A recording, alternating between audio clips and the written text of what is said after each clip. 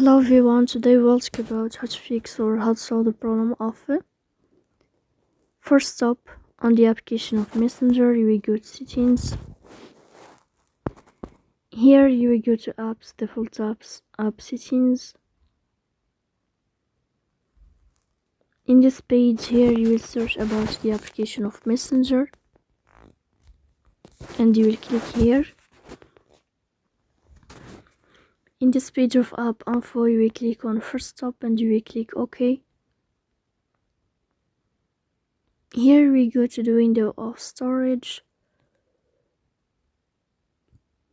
As you see here, we click on clear cache. Then you can turn off your Wi-Fi and you can turn on your Wi-Fi again to fix that problem. So please don't forget to support us by like and subscribe.